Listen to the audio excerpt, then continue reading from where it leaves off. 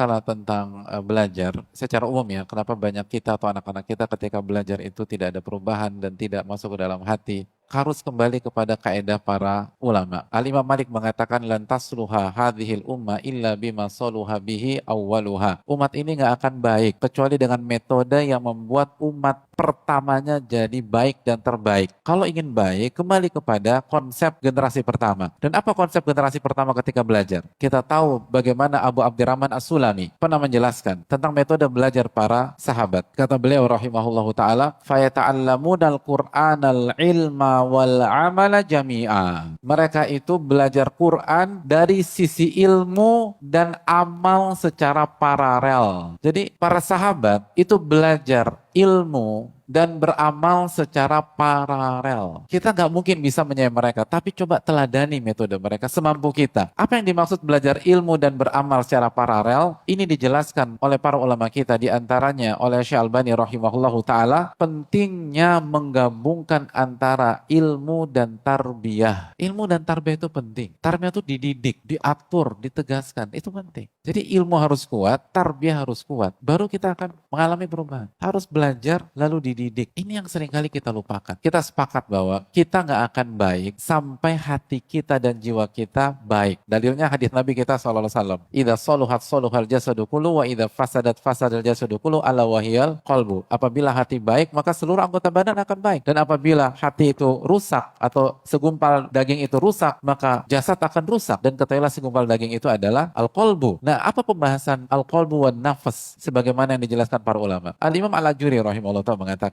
bahwa jiwa dan hati manusia itu seperti al-muhru. Apa arti al-muhru? Adalah anak kuda perang. Nama juga anak kuda tapi kuda perang. Turunannya tuh berkelas. Kata beliau rahimahullah ta'ala, kalau anak kuda perang ini dilihat oleh orang umum, orang awam, maka orang awam dan orang umum akan memuji kuda ini. Masya Allah kudanya bagus segala macam. Namun kalau yang melihat adalah pakar kuda, maka pakar kuda akan mengatakan gak ada manfaatnya nih anak kuda kecuali jika dilatih dan dididik oleh pelatih kuda. Nah, itu. Begitu juga dengan jiwa dan hati. Ini analogi para ulama, dan para ulama pakarnya jiwa hadirin sekalian. Ngajarin kuda itu cukup dikasih selembar kertas nggak? Mas kuda, tolong baca sendiri. Ya, kuda nggak bisa baca. Oke, dijelasin deh pakai bahasa isyarat. Jadi begini ya. Jadi saya akan buatin rintangan. Jadi kamu loncat ya. Loncat, loncat. Nah gitu. Lalu nanti lari kenceng ya gitu loh. Oke? Udah silakan lanjutkan sendiri. Kira-kira bisa nggak? Nggak bisa. Itu harus dituntun. Dilatih suruh loncat. Nggak mau. Suruh loncat lagi. Nggak mau. Suruh lagi. Itu manusia tuh begitu hadirin. Kalau mau berhasil